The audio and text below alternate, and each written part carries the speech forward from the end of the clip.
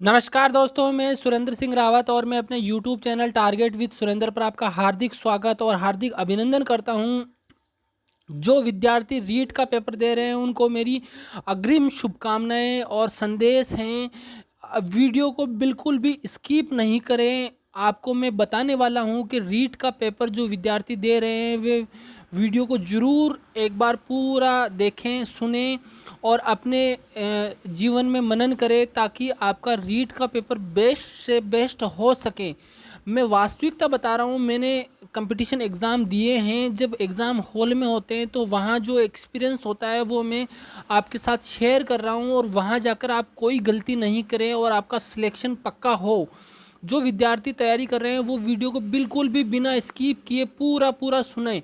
बस 1 मिनट में आपको ये कहना चाहता हूँ कि जो विद्यार्थी रीट के बाद सेकंड ग्रेड की तैयारी करेंगे वो विद्यार्थी भी इस चैनल से जुड़ जाइए। चैनल को सब्सक्राइब, लाइक और शेयर ज़रूर करें।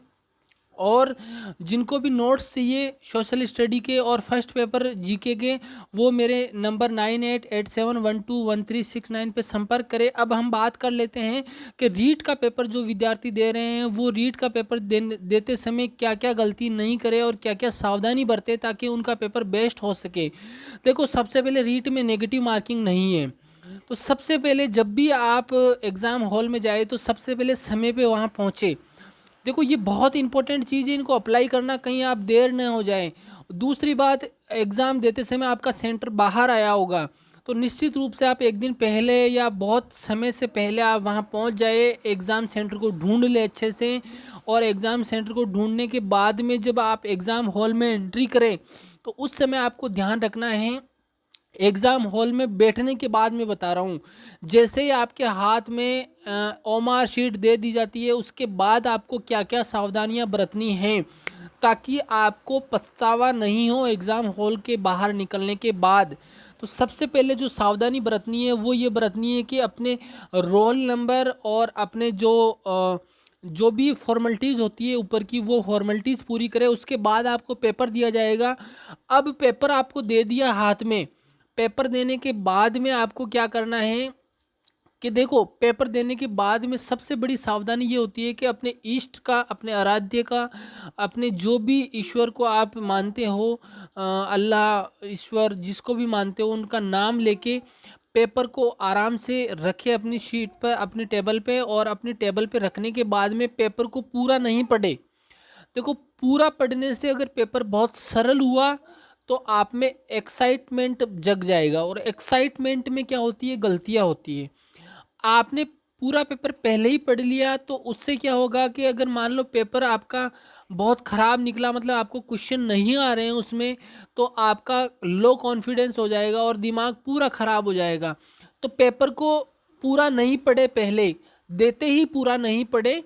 ये मेरा एक्सपीरियंस बता रहा हूँ, जो मैंने सेकंड ग्रेड में अप्लाई किया, 2 बार मैंने सिलेक्शन लिया और मैंने ये अप्लाई करके देखा है। तो पूरा नहीं पढ़े उस पेपर को। सबसे पहले पेपर को रखा आपने, अपने आराध्य का नाम लिया और उसके बाद में श्री गणेश किया और उसके बाद में पहला क्वेश्चन देखा।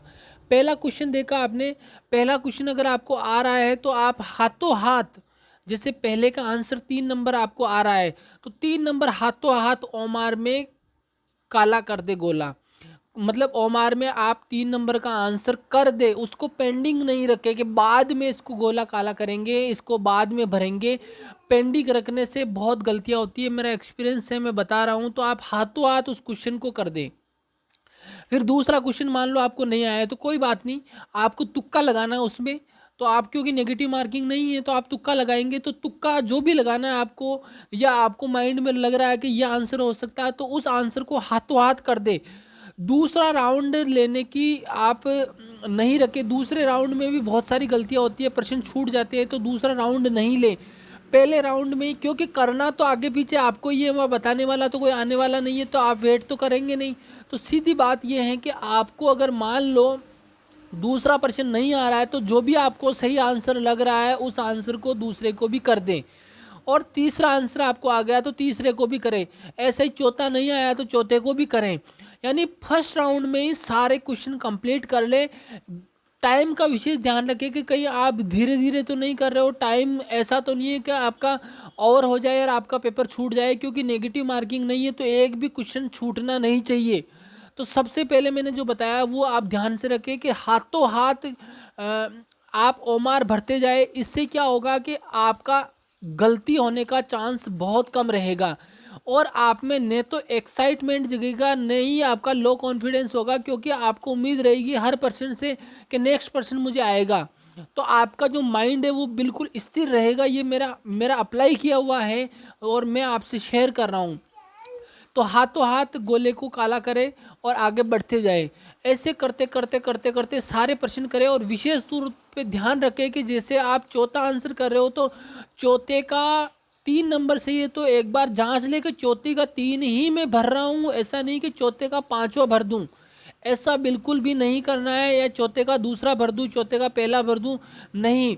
जो चौथे का आंसर अगर 3 नंबर है तो 3 नंबर गोले को ही एक बार अच्छे से देख के काला करे और गोले को बहुत ही अच्छे से काला करे और उसमें जेल पेन का उपयोग नहीं करें, बॉल पेन का ही उपयोग करें। ये आपको पता है सब चीज़ें, फिर भी मैं आपको मेरा एक्सपीरियंस शेयर करने के लिए बता रहा हूँ। दूसरी बात है कि आप आराम से पेपर को करें, जल्दबाजी किसी भी प्रकार की नहीं करें। कभी प्रश्न में होता है कि इसमें से कौन सा नहीं है और आप उसको क्या पढ़ लेते हो इसमें से हैं, तो वहाँ गलती कर जाते हो। तो बहुत शांत मन से प्रश्न को पढ़े, इसमें नहीं पूछा है हाँ पूछा है उसके बाद आंसर करें। तो ये गलती आप कतई नहीं करें, ये विशेष तौर पे ध्यान रखें। दूसरी चीज़ ये है कि अगर आपको कोई भी प्रश्न अगर नहीं आ रहा है तो आप लो कॉन्फिडेंस नहीं होने दें। हो सकता है आगे के प्रश्न आपको बहुत अच्छे से आते हो, बहुत अच्छे से कर जाओगे, आपका सिलेक्शन हो जाएगा और पहले से ही अनुमान नहीं लगाएंगे मेरे सिलेक्शन होगा कि नहीं होगा। क्योंकि जब मैंने सेकंड ग्रेड दिया 2016 का तो उस समय मेरे को ये लग रहा था फर्स्ट पेपर देने के बाद में कि मेरे प्रश्न कम सही हुए, मैं लो कॉन्फिडेंस में आ गया, तो वो गलत था। मेरा सिलेक्शन हुआ और बहुत अच्छी रैंक के साथ हुआ। तो इसीलिए मैं बता रहा हूँ आपको, इन चीज़ों की आप विशेष तौर पे सावधानी रखें।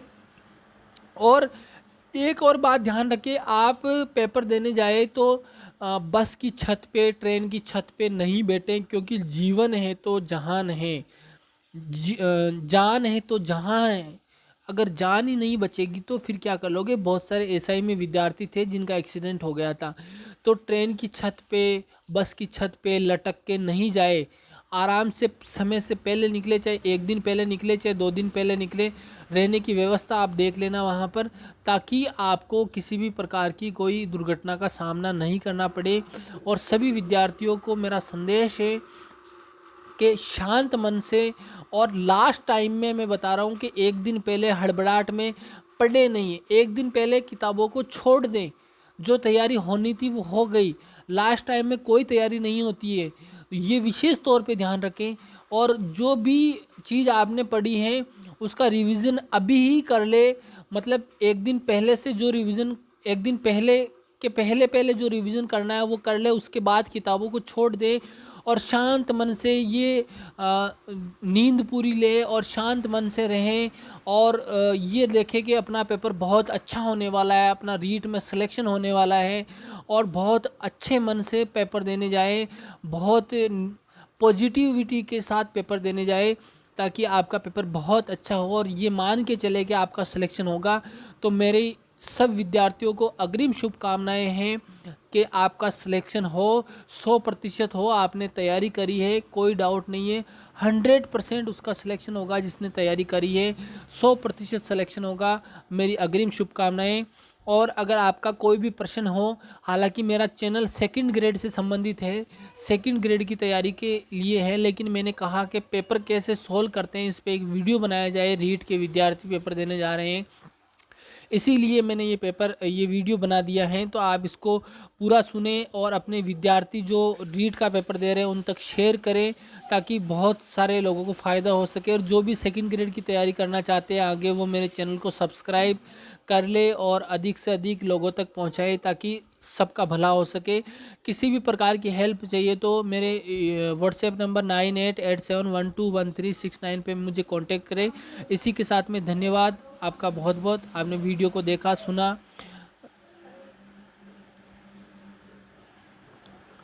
अगर किसी भी भाई बहन को दिक्कत आए तो मुझे कॉल कर ले।